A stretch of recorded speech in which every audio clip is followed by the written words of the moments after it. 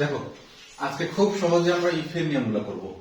Simple complex compound সেন্টেন্সে কি আজকে খুব সহজে ইফের নিয়মগুলো করবো, তবে হামদক বাক্যগুলো আর কি, অ্যাফার্মেটিভ বাক্যগুলো। তো ইফের কয়েকটি নিয়ম আমাদের মনে রাখতে হবে।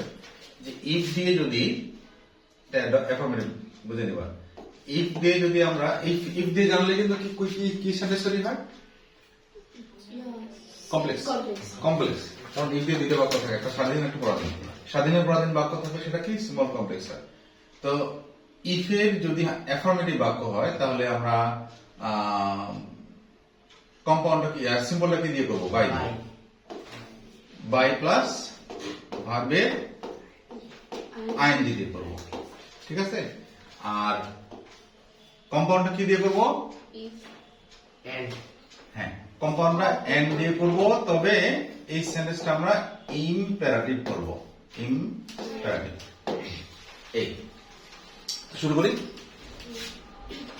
If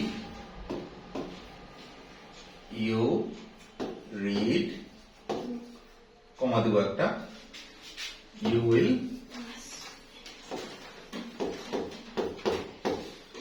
pass. দেখো ইফের হামদক বাক্য নেগেটিভ কিন্তু কোথাও নাই। নেগেটিভ দিলে আবার বাইটা উইদাউট হয়ে যাবে, এখানে এন্ডটা অর হয়ে যাবে। তো দেখি কম্পাউন্ড করার সময় আমি এই ইফের পরে একটা সাবজেক্ট থাকবে, পুরোটাই তুলে দেবো। তাহলে দেখো তো কি আছে, এই ভার্বটা আছে না, এই ভার্বটাকে আমরা রিডটাকে কি করে দেবো? এই যে রিডিং করে দেবো, রিডিং। তারপরে সামনে দেবো বাই, হয়ে গেল by reading you will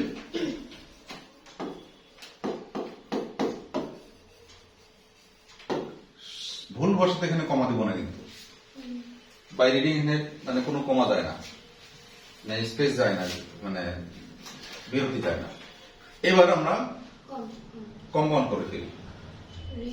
compound করার সময় আমরা ইম্পারেটিভ যেহেতু বাক্যটা করব, তো ইম্পারেটিভ বাক্যের সামনে তো ভার্বের সামনে তো কোনো সাবজেক্ট থাকে না, তাহলে করবো কি লেট, তাই না? লেট দিয়ে করবো না, এটা লেট ইউ ছাড়া অন্য সাবজেক্ট থাকলে আমরা লেট দিয়ে করবো। এখানে বলবো read and you will pass. এটা হয়ে গেল আমাদের, ঠিক আছে। তাহলে আবার বলি যে ইফ হলে এটা কমপ্লেক্স সেন্টেন্স বলে আমরা হচ্ছে সিম্বল করার সময় বাই দিয়ে করবো, প্রথম অভ্যাসটা যোগ করে দেবো, সামনে বাই বসাই দেবো, পরের বাক্য পরে চলে আসবে।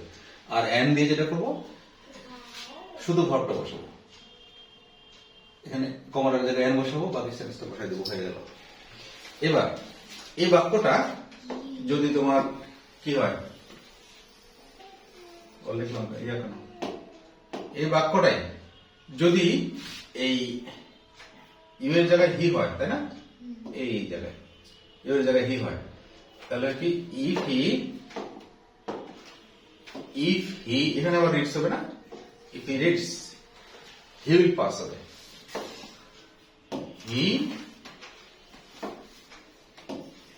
Will pass. এগুলো আমরা ইরেজ করে দিই, হ্যাঁ।